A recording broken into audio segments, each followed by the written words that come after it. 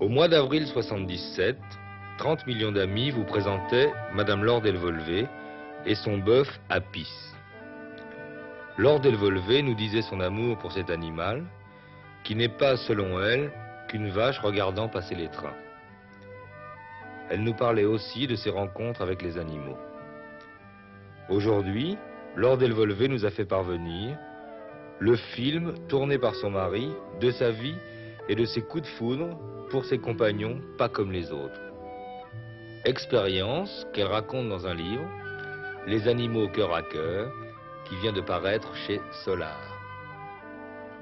J'ai écrit ce livre pour partager avec les autres l'émerveillement que m'ont donné 27 années que j'ai vécu en pleine communication avec les animaux. Et aussi pour démystifier cette importance que nous donnons à l'homme. Il faut que nous sachions que nous ne sommes pas uniques, que les autres créatures ne nous sont pas inférieures, mais qu'elles sont tout simplement différentes.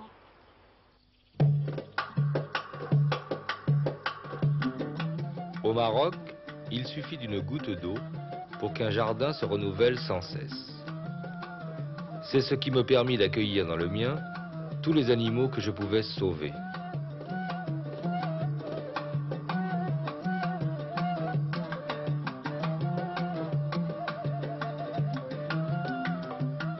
J'avais appelé notre maison Safina, ce qui veut dire la barque idéale.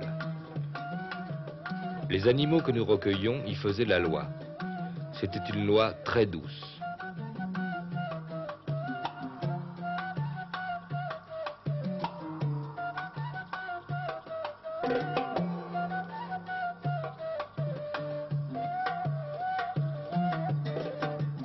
Ils formèrent bientôt autour de moi une grande famille dont la règle était douceur et communication.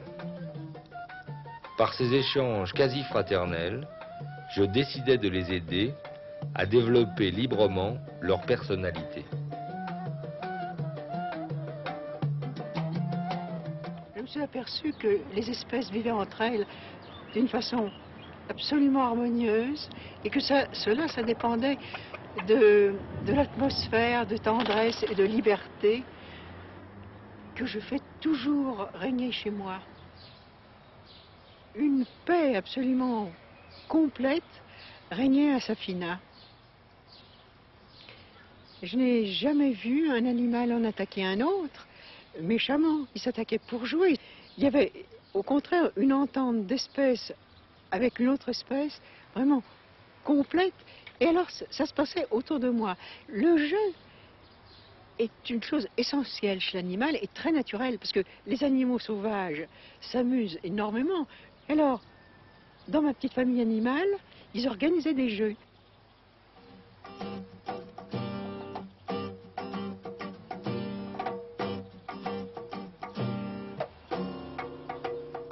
Les chiens, par exemple, avaient imaginé le jeu de la ficelle. Il y en avait un qui emportait une ficelle, tous les autres tiraient. C'était absolument tordant. Il y avait mon chien Assès, il s'amusait énormément avec mes Saouda, une petite ânesse. Et alors ils se couraient mutuellement, chacun à son tour, c'était le jeu de trappe-trappe.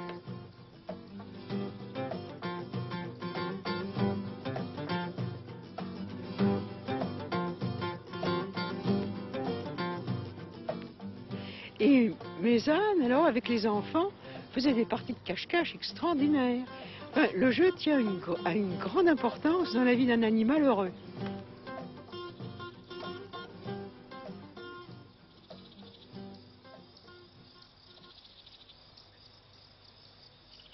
Si nous prenons le temps de comprendre ces créatures, apparemment si différentes de nous, nous découvrons les valeurs essentielles de l'être sensible. C'est pourquoi je m'entoure, non pas d'animaux exotiques dont le seul nom intéresse, mais des plus communs, de ceux que l'on exploite, charge, abat et mange sans se demander qui ils sont. La communication commence au-delà des mots. Elle s'établit par une disposition de l'âme à se faire entendre et à aimer inconditionnellement. Je voyais alors, chez les plus doués, se développer la personnalité les initiatives et, avec le désir de se faire comprendre, la gamme de leurs intonations.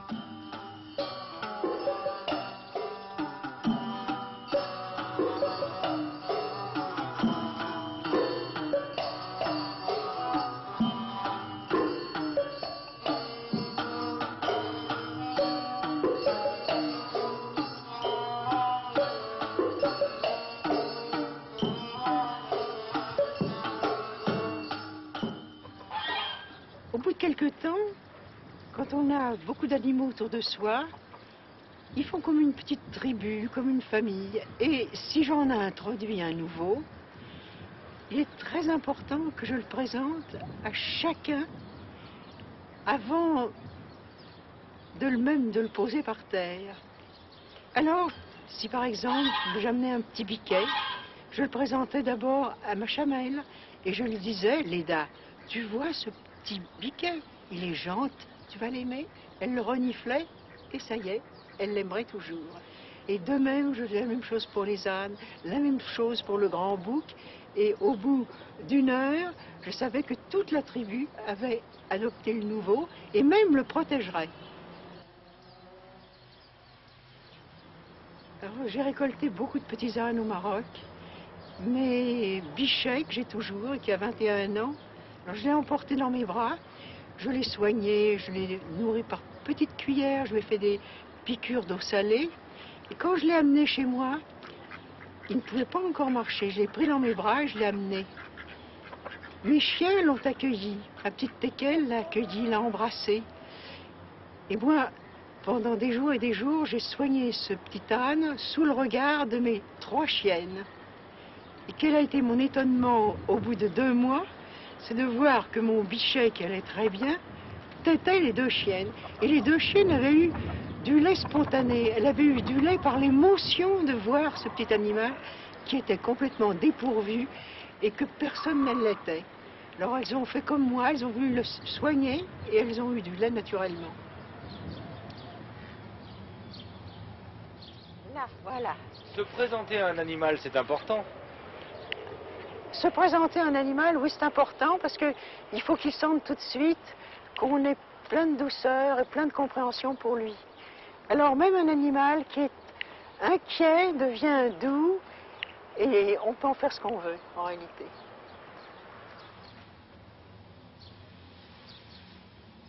En principe, j'adore tous les ruminants. Et voilà pourquoi aussi j'ai aimé mes gazelles, en dehors de leur beauté. Je ne peux pas dire, les gazelles sont des petites mécaniques très très perfectionnées, qui sont quand même très sensibles. C'est très curieux. Les miennes, je les avais achetées dans des états absolument misérables. Elles arrivaient chez moi, elles avaient été prisonnières, on leur avait lié les pattes. Quelquefois les pattes étaient cassées, j'étais obligée de les mettre dans le plâtre. Et d'ailleurs ça s'arrangeait extrêmement bien. Et alors vraiment, j'en faisais des créatures très douces, très très bonnes. Et puis alors voilà qu'elles ont eu un petit chez moi, ce qui est très rare. Et alors, à mon grand étonnement, elle est restée toujours sauvage. Alors je me suis demandé longtemps pourquoi. Et puis j'ai trouvé l'explication. Elle n'a jamais senti en réalité la peur de l'homme, puisqu'elle n'avait jamais été contrainte, elle n'avait jamais eu peur de moi, si vous voulez. Je n'existais pas, je faisais partie de sa tribu. Et alors elle avait gardé, je crois, tout frais, l'instinct de fuite et d'horizon large. Et c'est pour ça qu'elle ne s'est pas apprivoisée.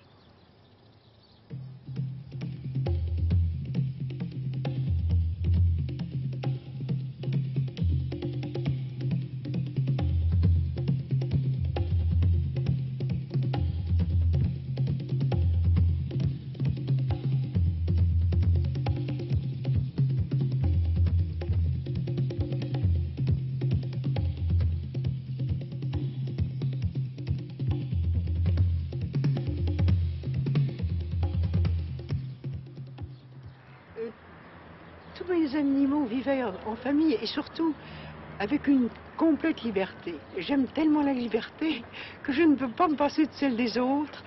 Alors, petit à petit, tous mes animaux ont su ouvrir les portes. ouvrir une porte et passer, ça aide beaucoup à faire d'un animal une créature complètement libre et indépendante.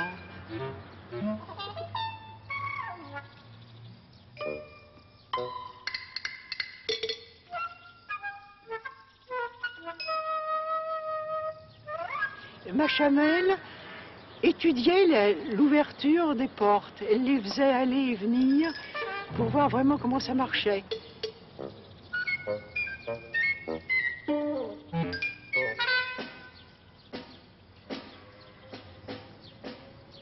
J'accoste les animaux comme j'accosterais une île, prête à découvrir, à comprendre et à répondre. Le pourrais-je si ces créatures, telles des robots, n'étaient pas habitées par ce qui fait personnalité et nous dépasse?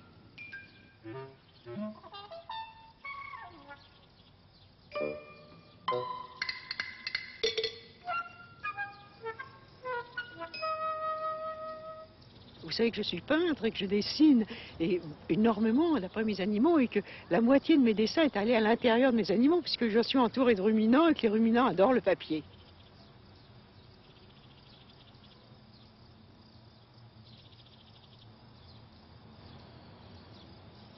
On peut se demander si les animaux sont altruistes. Et l'altruisme spontané existe chez les animaux comme chez nous. Mais comme chez nous, il est très rare. Il y a des espèces comme le dauphin et la baleine qui sont des animaux absolument doux et pour qui l'altruisme est une règle de nature. Ils vont d'abord au secours et en cela ils sont supérieurs à nous. Je venais de trouver un petit chien. 1 mois et demi environ, en bon état, mais bien triste d'avoir été jeté. L'idée me vint de le donner à Queen. J'appelai celle-ci, et tandis qu'elle me regardait, je caressais et embrassais le chiot. Après quoi, je le lui offris en répétant doucement « C'est pour toi, pour toi ». Queen renifla le petit. Celui-ci, intimidé, tremblait.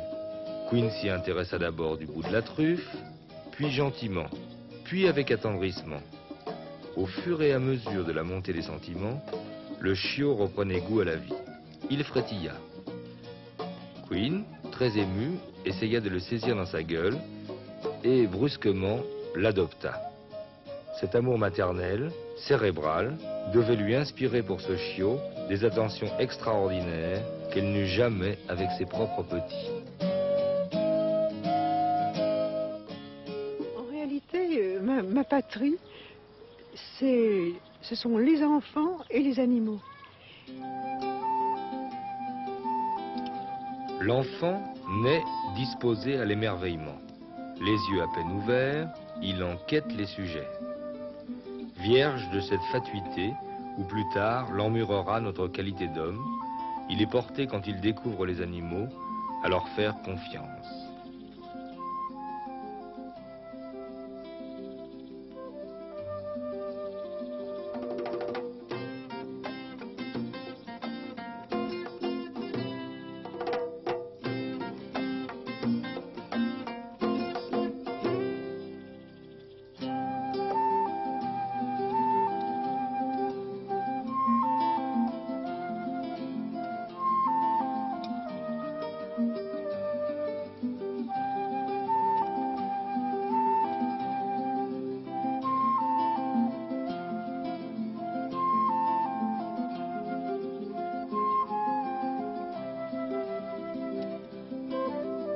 Ils ont cette spontanéité, ils sont en réalité très parents par la pureté, par la spontanéité de ce qu'ils sentent et ce qu'ils disent. Et d'ailleurs, quand nous voyons sauter Vincent ou quand nous voyons sauter le petit Biquet, c'est tout à fait parent. Ces animaux, que sont-ils devenus? Quand j'ai quitté le Maroc, il n'était pas question que je parte sans mes animaux. Et comme une même famille, nous avons embarqué sur un petit cargo qui s'appelait l'Antifère. Et c'était vraiment l'arche de Noël. Malheureusement, j'avais été obligée de laisser mes gazelles parce qu'il fallait 80 jours de quarantaine. que j'avais peur qu'il leur arrive un accident pendant ce temps-là. Et ça m'a fait beaucoup de peine. Il y a de ça beaucoup, beaucoup d'années, et je regrette toujours mes gazelles.